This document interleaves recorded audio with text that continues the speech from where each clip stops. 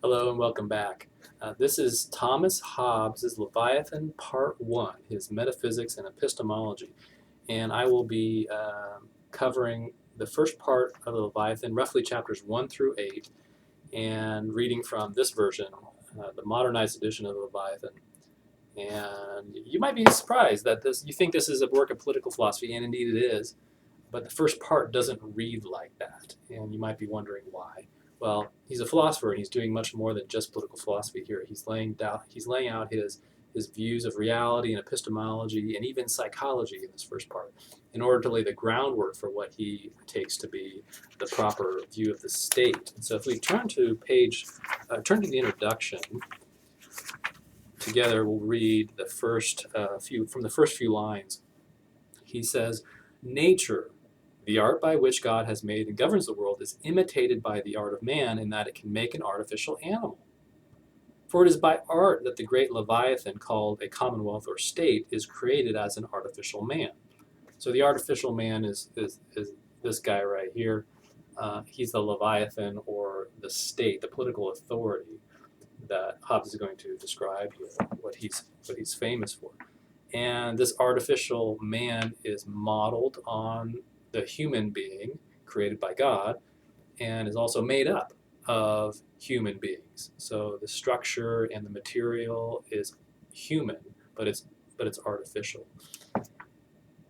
And so that's the point of this book, is to lay this out. Now, in between those two lines that I just read, you see some interesting statements, such as the heart is but a spring, and the nerves but so many strings, and the joints but so many wheels that give motion to the whole body as intended by the artificer. What do you make of that? He's actually giving you a hint at this point of where he's going. And we see in the first few chapters that he's a materialist. He views nature as primarily physical.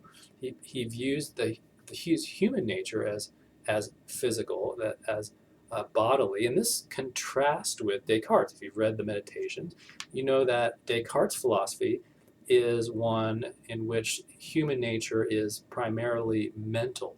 Remember, he knows that he's a thinking thing by the end of the Meditations. He knows that he's a mind, or a soul, if you will. So that's the starting point for Descartes. But for Hobbes, it's the other way. Descartes wants to get to a body. He wants to get to an external physical world, and he thinks he's done that by the end of the Meditations. But Hobbes starts there. Hobbes starts that with the external world, with the body, saying that we can be sure enough that we have bodies, and that's what we are. So that's one thing to note, that he's a materialist. He doesn't think that you can have disembodied minds, or that you can even talk about that. He thinks that's nonsense. Chapter 1, Part 1 of Man. He says, the origin, this is the second paragraph, first line, "The origin of all thoughts is sense." And second to last paragraph of chapter 1, he says, "The cause of sensation is the external body or object which presses the organ corresponding to each sense, either immediately, as in taste and touch, or immediately, as in seeing, hearing, and smelling." And so you have this idea building upon this idea of a physical body, and that is empiricism. So you get this notion in Hobbes that, again, is contrasted with Descartes. So Descartes is a rationalist. He believes that knowledge is primarily from one's intelligence. It's primarily through these innate ideas. This goes back even to Plato. Hobbes, on the other hand, thinks that knowledge comes through our senses, that knowledge comes to us from the external world, mediated by our sensations. And so he's an empiricist. So there's a difference there, too, between Descartes. Descartes is a rationalist, and Hobbes is an empiricist. After that, chapter 2 of the Imagination, and chapter 3, he starts to describe how our psychology works, how we receive these impressions from nature, and what our mind does with them. So you've got, in chapter 2, a discussion of imagination. You've got the discussion of memory, dreams, and visions, and he describes how this can go wrong too, how people can make too much of one's dreams or one's visions, and how this gets built into this bleeds into superstition and gets constructed into religions. And becomes clear here who the target is in this book. One of the targets, at least, is the scholastics of the late medieval period. This was also the target of Descartes, one of the targets of Descartes. So the scholastics, these are theologians, professors at the university who were integrating Catholic or Christian theology with Aristotelian philosophy. And Hobbes thinks that they went too far. In many respects, they went too far. And so he's critiquing it here. Moving on into chapter 4 of speech, you get the indication that he's also what's called a nominalist. So nominalism is something that was popularized by William Ockham. Nominalism, as it says in one of the footnotes here, is the rejection of universals. Universals are this idea that you have these properties of things, like the property redness, the property extended in space, the property of right and wrong, okay, just or unjust. These properties, if you believe in universals, you find them to be in reality, in either the things themselves, like Aristotle, or in some other realm out there, like Plato. And so the scholastics were big on this. They believed in these essences, these natures of things, in an Aristotelian sense, that they were in the things themselves. But Hobbes thinks that this has gone too far, and that what we mean when we say things like the chair is red is that what we mean is that we are naming these things. All we are doing is recognizing properties of the things in our mind and applying names to them. And when we see another red chair, what we are doing is we are noting some similarity between the two. We give the same name to it, but the property red doesn't exist in the chair itself. Even other properties of chairness don't exist out there. They are in our minds or just in the names themselves. So he's a nominalist, and we learn that from chapter 4. Moving on, we get to his view of reason and science, and his view of science is a little bit different from the view of science that your understanding of science today. So we're talking about centuries ago, and his view of science is tied closely to geometry of all things. So to understand what he thinks of as the most rational or reasonable foundation for knowledge, you've got to understand his view that science works. The process of science is much like geometry, but I'm not going to talk about that much here. I want to talk about one last thing. In chapter 6, we get another view of his metaphysics as he talks about voluntary motion. So here's where we get to talk about free will. His view is that we have these things called appetites, meaning we are attracted to things that bring pleasure. And on the other hand, we've got things called aversions, meaning we fear or want to avoid those things that we hate, that bring suffering and pain.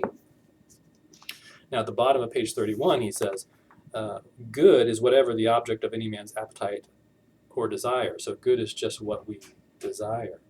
He continues, the object of his hate and aversion is evil.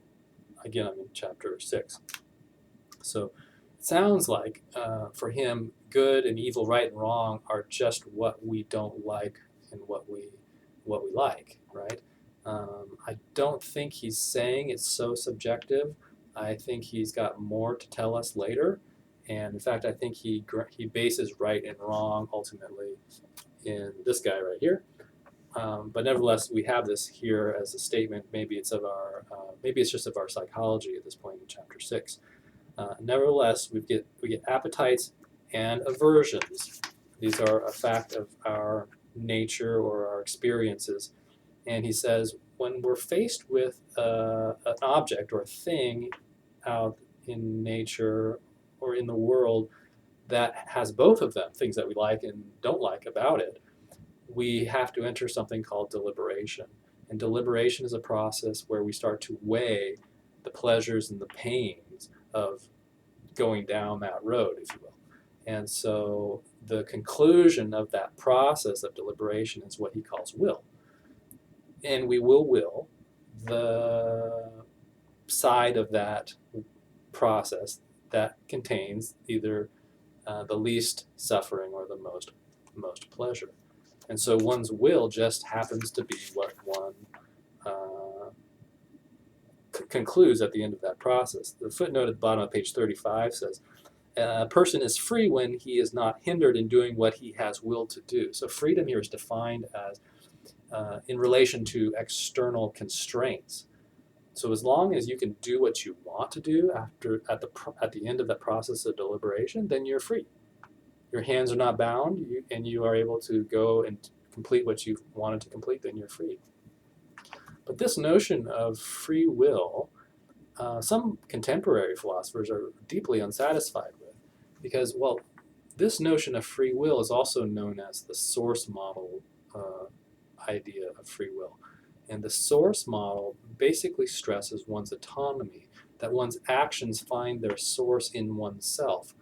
But this seems like it's okay. This sounds like free will to me.